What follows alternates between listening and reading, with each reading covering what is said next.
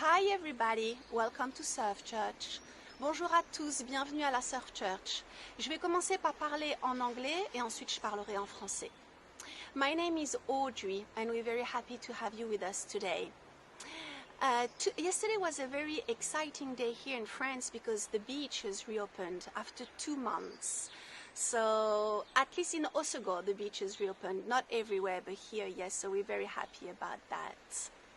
Every Sunday we meet at 4:30 on Zoom for a time of fellowship and worship, and then we come live at 5 p.m. on Facebook and on YouTube for the next portion of our service, which is the message. Today Powell will preach for us, but before we do that, I'd like to talk to you about a new project we'd like to support. Every few months, we want to support a new project that is happening in the world. A few months ago, we supported Australia and we were able to send some money over there for the bushfires.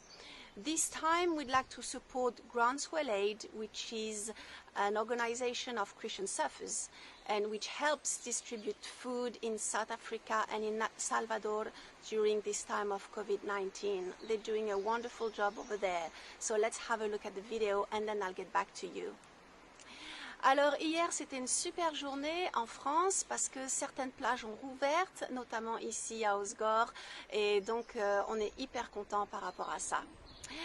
Pour tous ceux qui nous rejoignent à 17h le dimanche sur Facebook et sur YouTube, je voulais vous dire qu'on se rejoint à partir de 16h30 sur Zoom pour un temps tous ensemble de partage et de prière, de louange, et ensuite on se voit à 17h pour le message.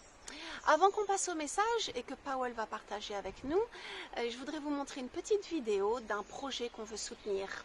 Tous les mois, on essaye de pouvoir soutenir un différent projet. Il y a quelques mois, pendant quelques mois, on a soutenu un projet en Australie et on a pu envoyer de l'argent en Australie pour les feux. Et en ce moment, on voudrait soutenir un projet de Groundswell Aid, qui est une des branches de Christian Surfers et qui aide à distribuer de la nourriture en Afrique du Sud et au Salvador pour tous ceux qui n'ont pas assez de nourriture en ce moment à cause du Covid-19. Donc regardons cette vidéo ensemble et ensuite je reviens vers vous.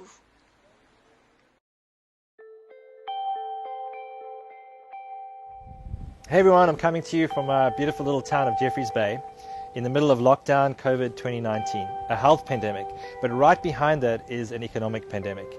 The result is that people that are really marginalized don't have food to eat. And so right here in the townships of Jeffreys Bay, or a number of the other projects that we've been in contact with around the world, the challenge is, how do we feed people? For $5 to $10 a day, we are able to feed a family for a day. It's that simple. So we're putting together a project and a plan to help you donate, to help these people eat, so that we can all get through this together.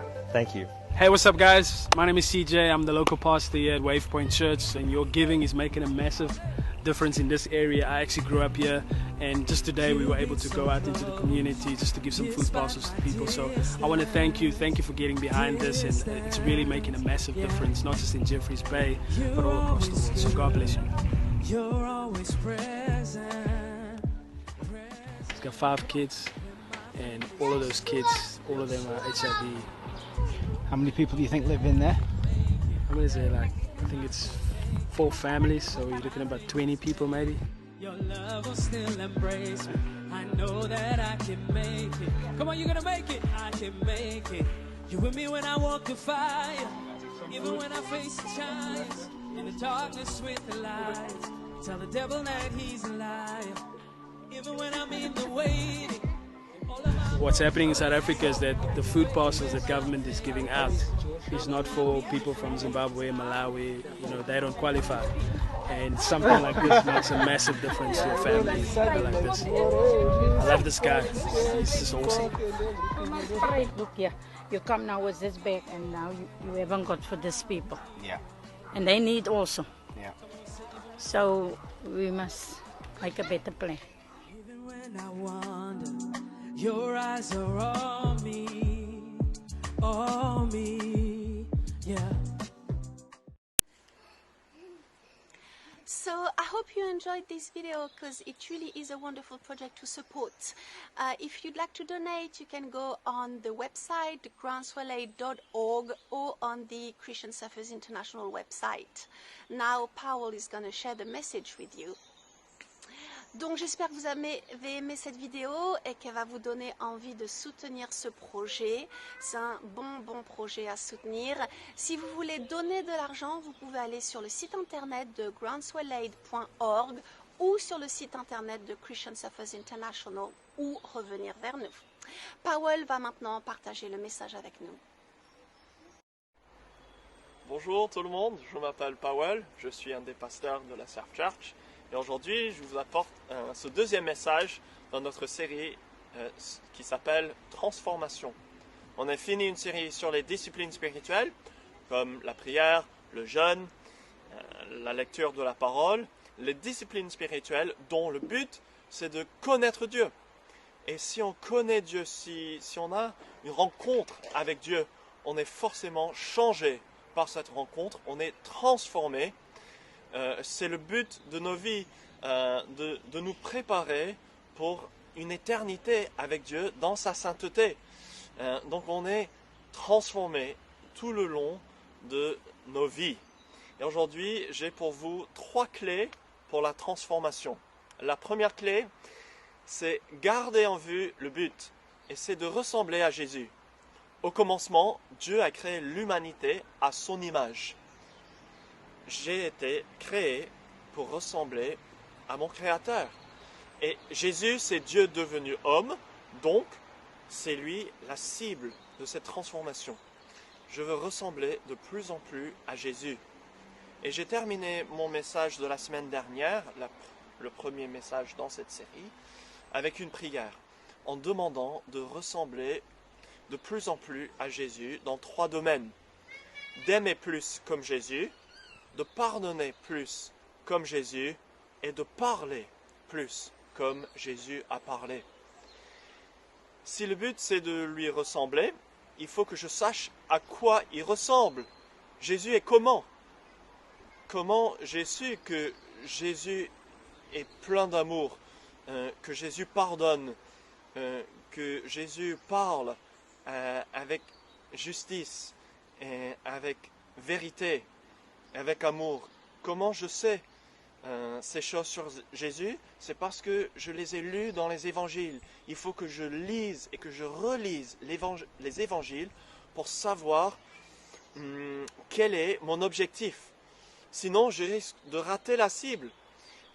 Comme une conductrice il y a quelques années, vous avez entendu cette histoire de cette dame canadienne qui suivait son GPS sur une rampe de bateau et elle a fini dans le lac Huron. Donc, il faut bien garder les yeux fixés sur le but, sur le bon but. Comment les experts en monnaie contrefaite repèrent facilement les faux billets? C'est parce qu'ils passent énormément de temps en étudiant les vrais billets. Jésus, c'est le vrai modèle pour nous. C'est lui le but de notre transformation. Étudions-le dans les évangiles pour bien savoir où on va. Deuxième clé à la transformation personnelle, carpe diem. C'est cueille le jour en latin, c'est-à-dire vivre au jour le jour. Les opportunités sont là, saisissons-les. Mais ça ne se passe pas comme un téléchargement dans ton cerveau. Vous avez vu le film Matrix 99, un classique, si vous ne l'avez pas vu. À un moment donné, la femme qui s'appelle Trinity, elle doit conduire un hélicoptère militaire, mais elle ne sait pas le faire. Pas de souci, un coup de téléphone à son coéquipier qui lui fait le téléchargement instantané, direct dans son intelligence. Poup, ok, je sais conduire cet hélicoptère. Pas besoin d'entraînement, ni d'une série d'échecs avant la réussite. Boum, c'est trop facile. Si seulement la vie marchait comme ça. Dieu, rends-moi plus patient. Bam, c'est fait. Dieu, je veux avoir plus de foi. bam, transformation immédiate. Non, ça ne se passe pas comme ça. Ça se passe par les épreuves de la vie. Tu pries pour être plus patient, bonne prière. Alors, peu importe dans quelle queue tu te mets au supermarché, les autres queues avanceront toujours plus vite que la tienne. Non, je plaisante, mais peut-être pas. Hein? Et tu pries pour avoir plus de foi, c'est une bonne prière. Tu feras face à des situations qui te paraîtront humainement impossibles à surmonter.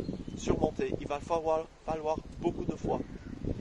Ne rate pas ces opportunités d'être transformé.